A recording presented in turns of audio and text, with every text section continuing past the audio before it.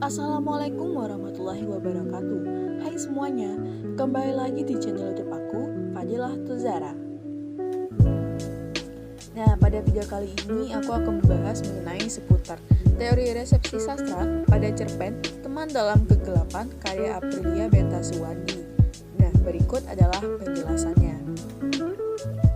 Resepsi sastra merupakan aliran sastra yang meneliti teks sastra dengan mempertimbangkan pembaca selaku pemberi sambutan atau tanggapan.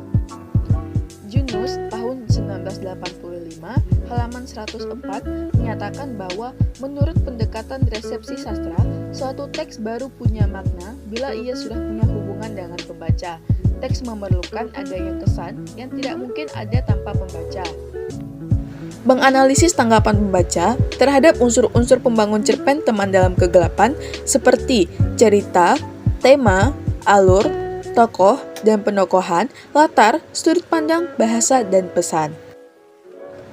Untuk mengetahui bagaimana tanggapan terhadap cerita Teman dalam Kegelapan, menurut tanggapan 10 orang mahasiswa Universitas Riau, peneliti mengajukan beberapa pertanyaan. Pertanyaan pertama, apakah cerpen tersebut menarik? Nah, menurut hasil responden yang didapatkan, terdapat 9 orang mengatakan jika cerita tersebut menarik, lalu 1 mengatakan biasa saja.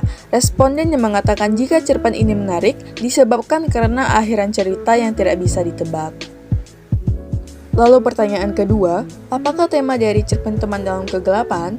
Menurut hasil responden yang didapatkan, 4 mengatakan jika cerpen tersebut adalah tentang persahabatan, 5 mengatakan horor, dan 2 laginya mengatakan misteri. Pertanyaan ketiga, apakah alur yang mudah dipahami? Menurut hasil responden yang didapatkan, semua responden mengatakan jika alur pada cerpen Teman dalam Kegelapan sangat mudah dipahami, walau cukup menarik keterkejutan pada akhiran ceritanya. Pertanyaan keempat, apakah cerita tersebut ada di dalam kehidupan nyata? Menurut hasil responden yang didapatkan, 6 mengatakan jika cerpen tersebut tidak ada dalam kehidupan nyata. Responden tersebut beralibi jika sesuatu yang supranatural itu tidak ada, dan mereka tidak mempercayainya. Lalu 4 orang responden yang tersisa mengatakan jika cerita di dalam cerpen tersebut bisa saja terjadi dalam kehidupan nyata karena menurut mereka hal mistis dan supranatural itu benar adanya. Lalu pertanyaan kelima, siapakah tokoh utama dalam cerpen Teman dalam Kegelapan? Menurut hasil responden yang didapatkan, semua responden mengatakan jika tokoh utama dalam cerpen tersebut adalah Via. Pertanyaan keenam, di manakah latar tempat di dalam cerpen Teman dalam Kegelapan?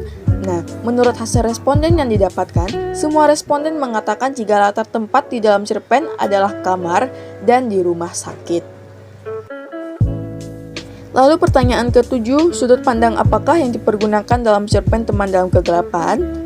Menurut hasil responden yang didapatkan, semua responden mengatakan jika sudut pandang cerita berasal dari sudut pandang pengarang atau penulis. Lalu pertanyaan terakhir, apa pesan dalam cerpen Teman dalam Kegelapan? Menurut hasil yang didapat dari seluruh responden, disimpulkan bahwa semua yang ada di dunia ini tidaklah ada yang sendirian. Semua pasti ada pendampingnya, hanya saja kita saja yang tidak menyadarinya. Baiklah, mungkin hanya itu saja penjelasan mengenai teori resepsi sastra yang saya berikan kepada teman-teman semua. Terima kasih karena sudah menonton. Jangan lupa like, komen, dan subscribe video ini karena subscribe itu gratis. Aku pamit undur diri. Wassalamualaikum warahmatullahi wabarakatuh.